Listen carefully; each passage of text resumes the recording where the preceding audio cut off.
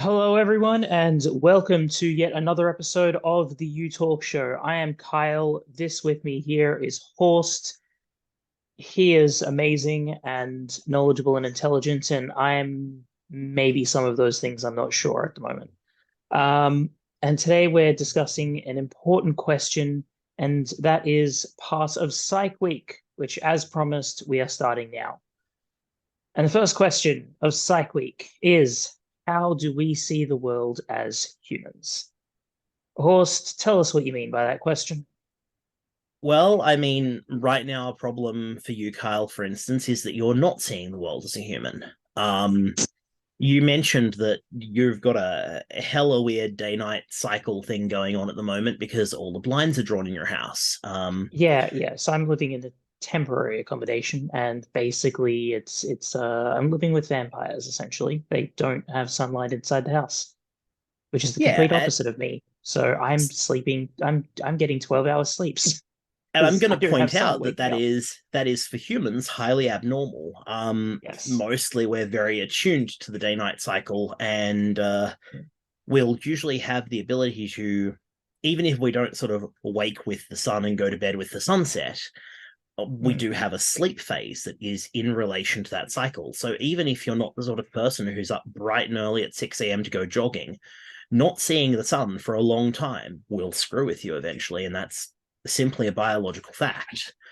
Um, but when I phrased how do we see the world as humans, I'm absolutely more looking at the psychology of this and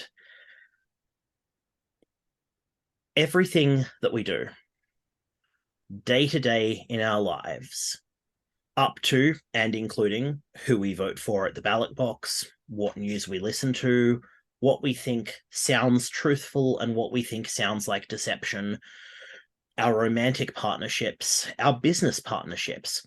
All of these are influenced by our worldview. And while our worldview is continually changing to accommodate new information, Or so we we would hope, at cannot least. escape. We cannot escape the past. And yeah, and this is the so we would hope, right? Yes. I was quoting "Time is the fire in which we burn" to Kyle earlier.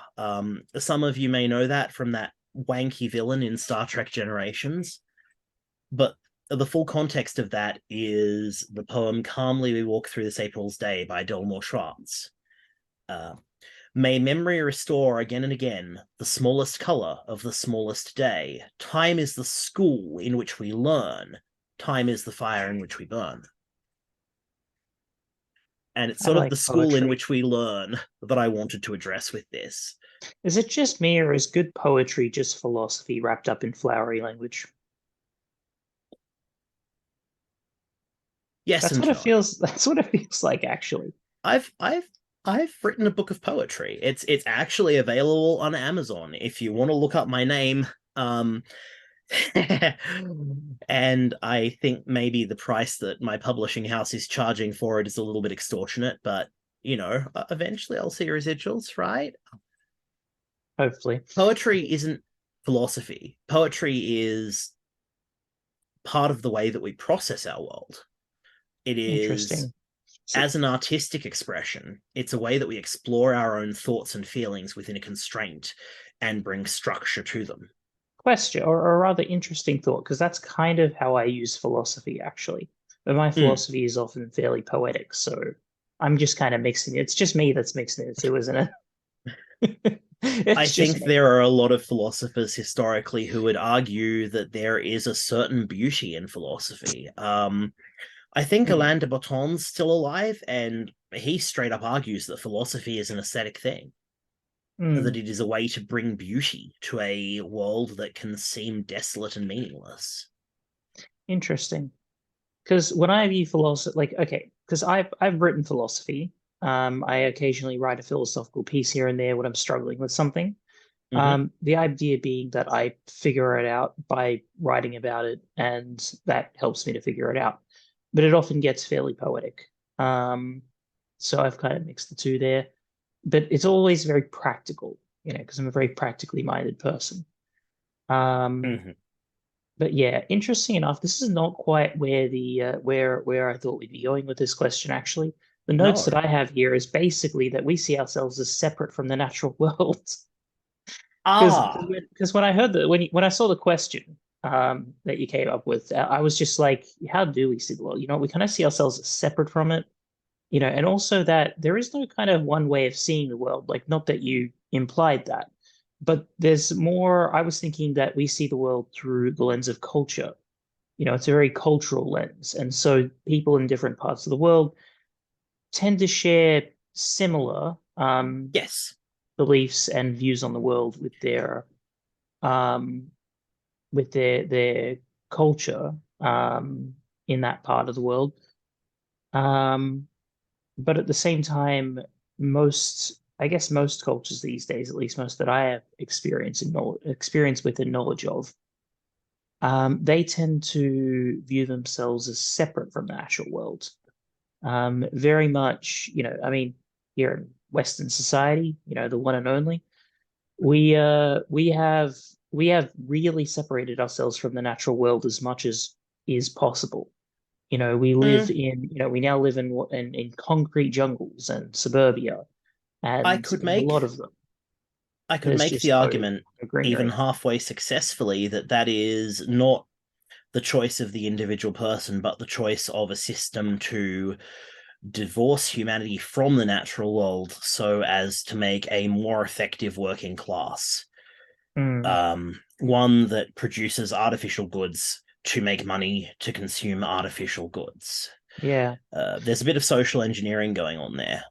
yeah. Um, But the thing is, though, was that the intent? Was there intent behind that, or did it just kind of happen naturally, or was there just was there kind of a rough direction that people who have the power to actually push society in any kind of direction, was there just kind of a rough idea that they had?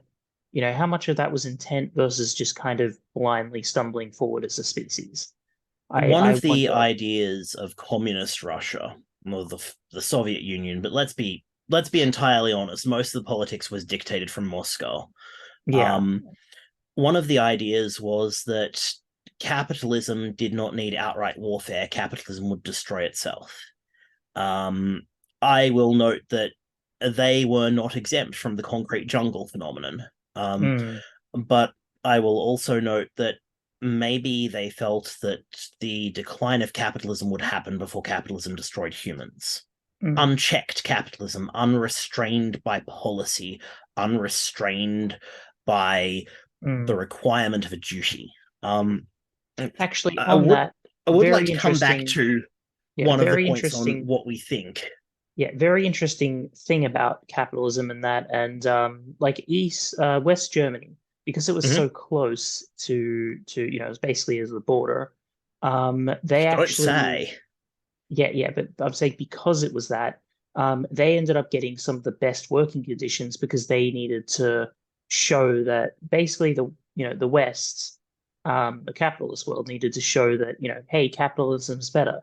So it's kind of funny, like the place that's hyper capitalist has shit working conditions, the US, There was a and but strong Germany, tradition. yeah, There was a but strong Germany. tradition of worker unionization in Germany well before the Iron Oh, Curtain was oh a yeah. thing. Oh yeah, but at Uh, the same time, they like because effectively it was like, the Allied powers, or the Western Allied powers in World War II they who needed were to in make it charge, which is enticing for the basically, East. yeah, basically in order to show that it was better, they had to actually make more concessions to workers there. But in the Yep. place where they didn't have to make more concessions to workers, they really didn't, and that place is, in my opinion, kind of a hellscape today. It's pretty bad.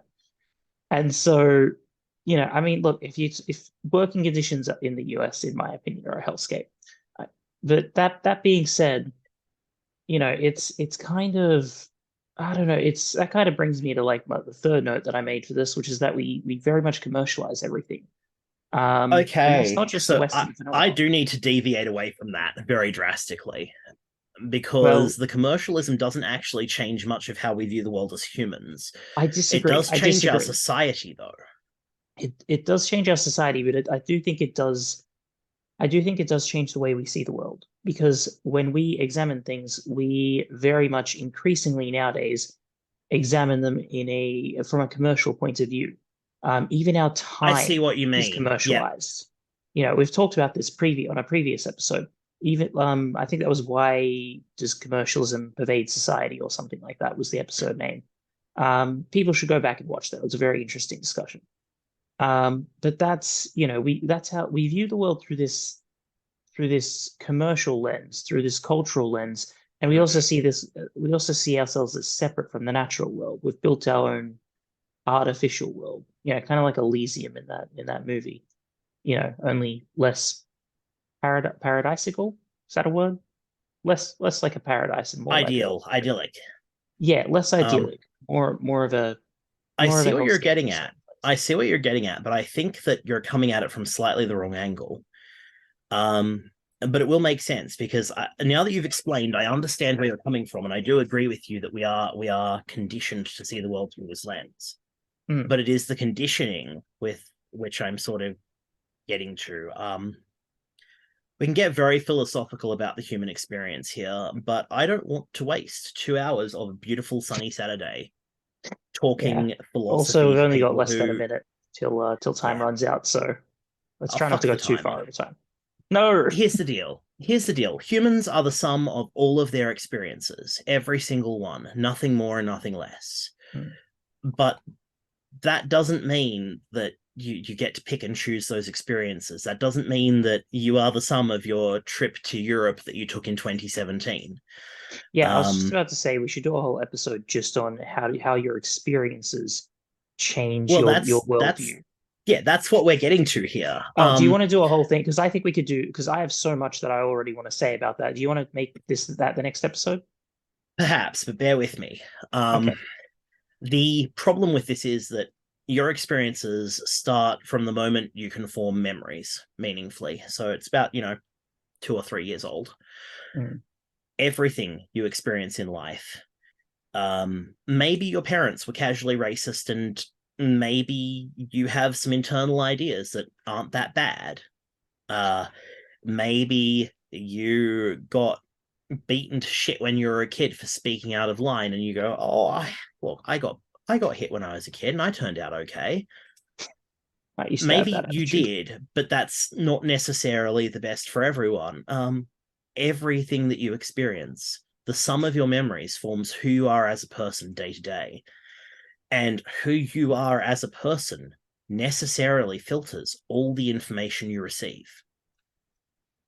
Everything you see in the world around you, every new piece of information passes through everything that you have learned to date, like the sunlight shining down through a stained glass window in a church. I was going to say Instinctually, you like know a it's filter. sunlight. Instinctually, you know it's sunlight still, but that doesn't stop the fact that for some reason, this light shining down on you is deep bloody blue. Yeah. Everything that we are, everything we have learned, everything that we have seen day to day impacts our worldview in a way that is very, very difficult to